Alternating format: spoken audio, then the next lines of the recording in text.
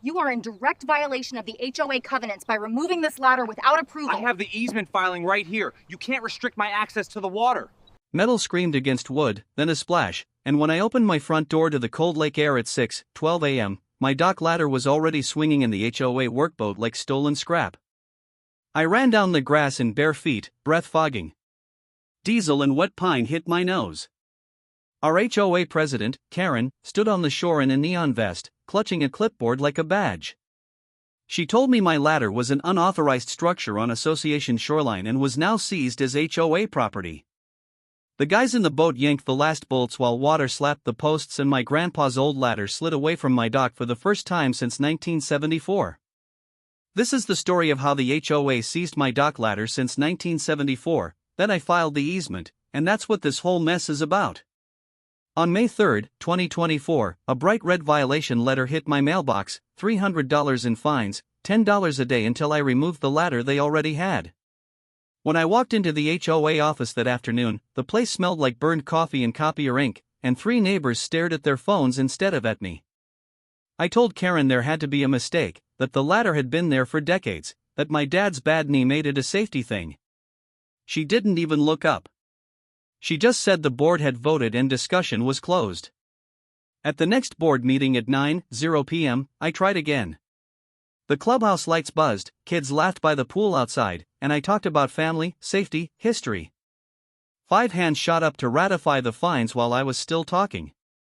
In the parking lot, a neighbor muttered, without slowing down, "They hit me with 8 complaints last year. Just pay." Fighting only makes it worse. Driving home under the yellow streetlights, I decided that was my line in the sand. I promised myself I wouldn't yell or threaten or give them anything to twist. I would use paper and rules, the only language they respected.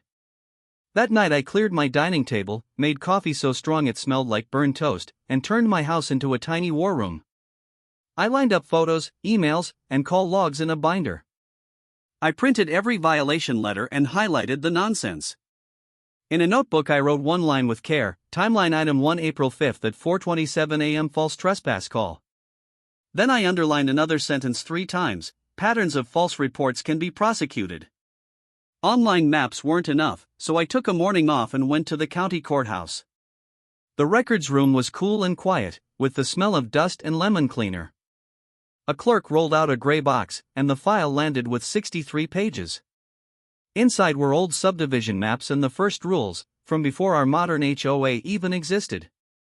Near the back, in tiny print, I found it, an easement from 1974 giving my lot permanent access for a dock and ladder to reach the waterline, signed by the original developer. The thin line on the map ran exactly through the strip they swore was theirs, with my lot number on it. My heart pounded. I paid for certified copies and drove home with them on the passenger seat like they were gold.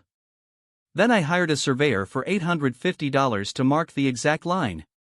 His report showed the ladder posts sat fully inside my easement area, not on association land.